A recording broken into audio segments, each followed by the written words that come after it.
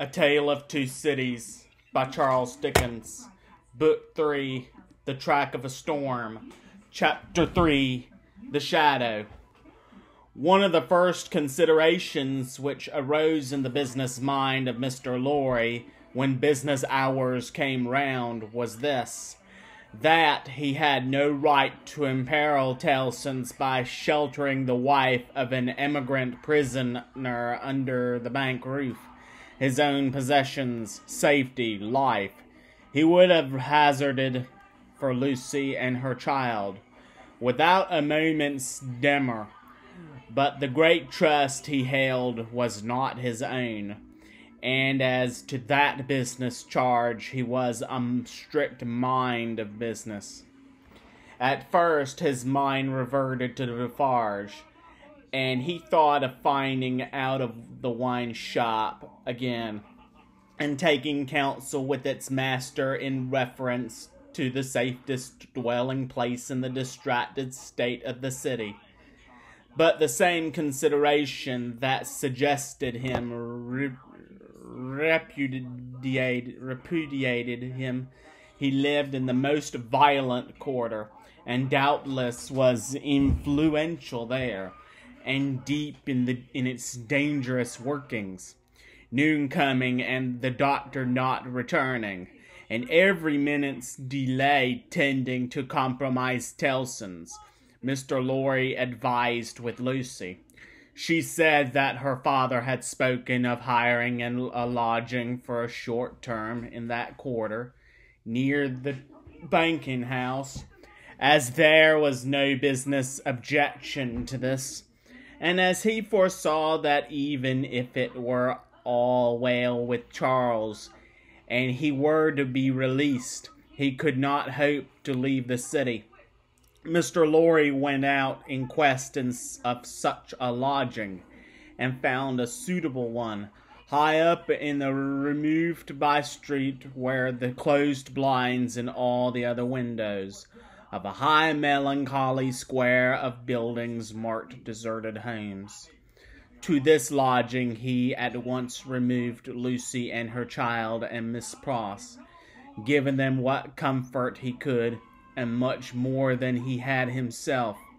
He left Jerry with them as a figure to fill a doorway that would bear considerable knocking on the head, and retain to his own occupations. A disturbed and doleful mind he brought to bear upon them, and slowly and heavily the day lagged on with him. It wore itself out, and wore him out with it, until the bank closed.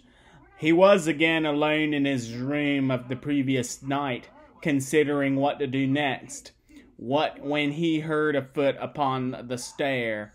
In the few moments a man stood in his presence, who, with a keenly observant look at him, addressed him by his name.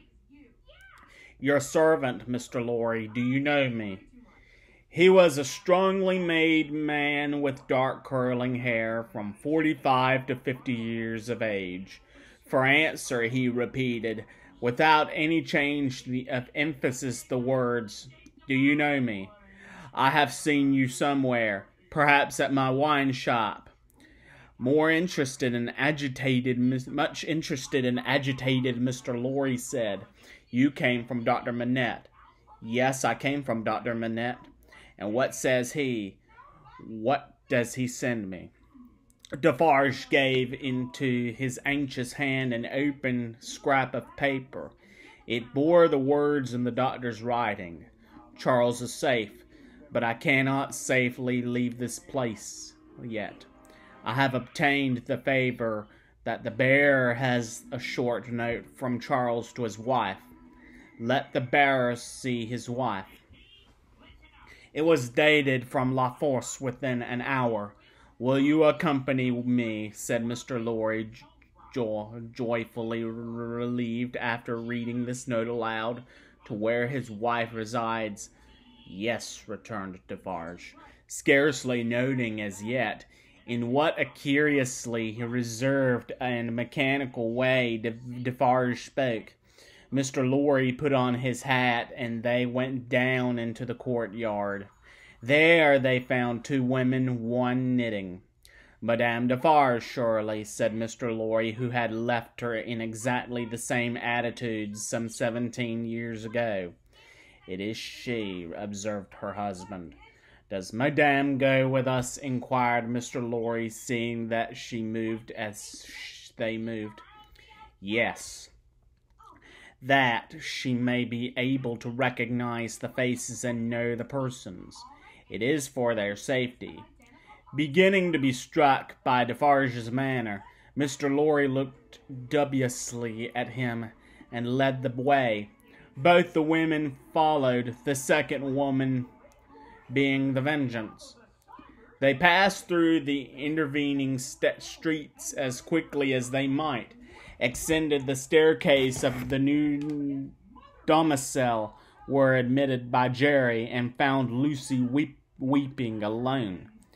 She was thrown into a transport by the tidings Mr. Lorry gave her of her husband, and clasped the hand that delivered his note, little thinking what it had been doing near him in the night, and might, but for a chance, have done him. "Dearest, take courage. I am well, and your father has influenced me around me. You cannot answer this. Kiss our child for me." That was all the writing. It was so much, however, to her who received it, that she turned from Defarge to his wife and kissed one of the hands that knitted. It was a passionate, loving, thankful, womanly action, but the hand made no response, dropped cold and heavy, and took to its knitting again. There was something in its touch that gave Lucy a check.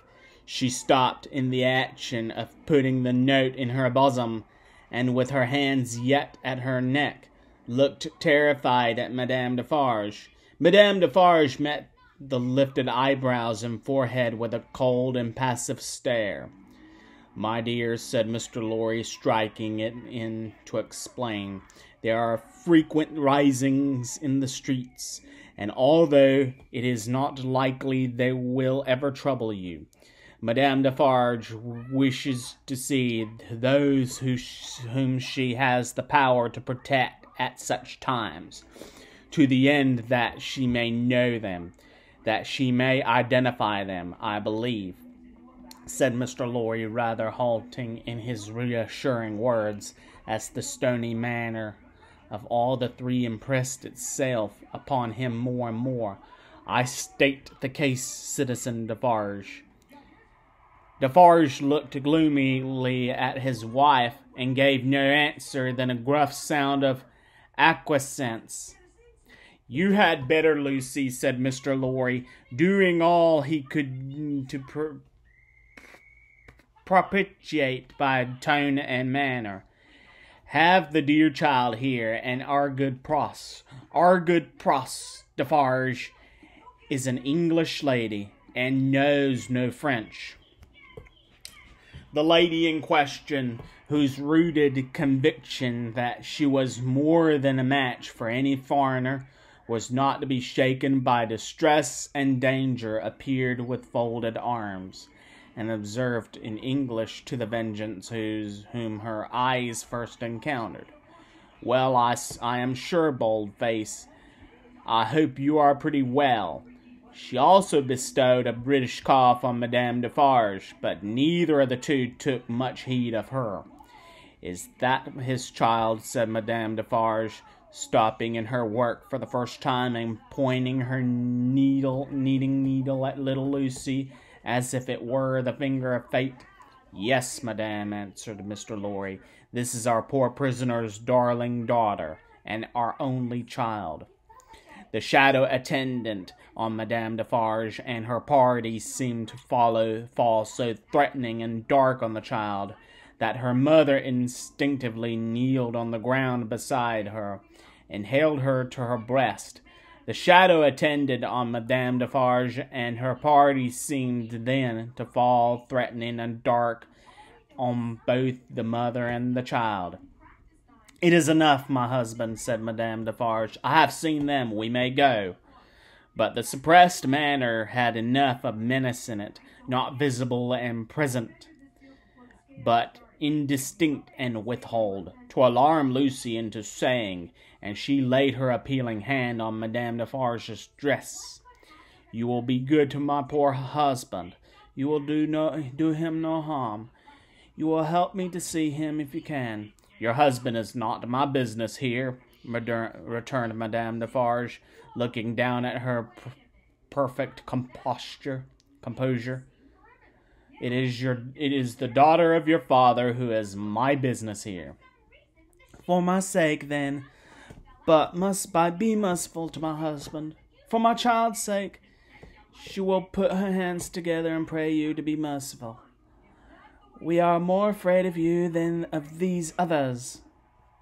Madame Defarge received it as a compliment and looked at her husband. Defarge, who had been uneasily biting his thumbnail and looking at her, collected his face into a sterner expression. "What is it that your husband says in that letter?" asked Madame Defarge in a lowering smile. "Influence. He says something touching influence." That my father," said Lucy, hurriedly taking the paper from her breast, but with her alarmed eyes on her questioner and not on it, "has much influence around him." "Surely it will release him," said Madame Defarge. "Let it do so."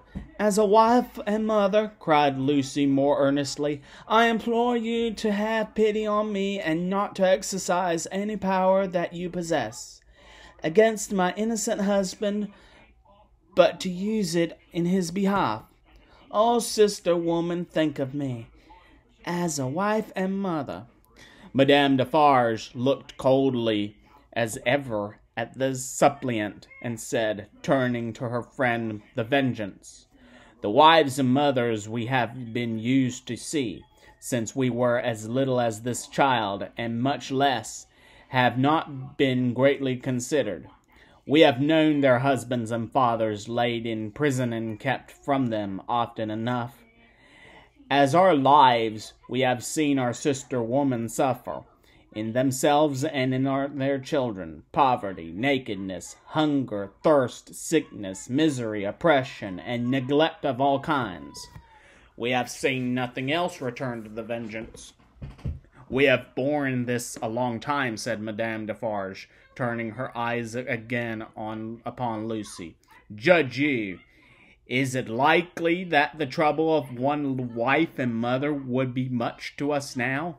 She resumed her knitting and went out. The Vengeance followed. Defarge went last and closed the door. "Courage, my dear Lucy," said Lucy as he raised her. "Courage, courage. So far all goes well with us. Much, much better than it has of late gone with many poor souls. Cheer up, and have a thankful heart." "I am not thankless, I hope. But that dreadful woman seems to throw a shadow on me and on all my hopes." "Tut, tut," said Mr. Lorry. "What is this despondency in the brave little breast? A shadow indeed. No substance in it, Lucy. But the shadow of the manner of these Defarges were dark upon himself, for all that, and in his secret mind it troubled him greatly."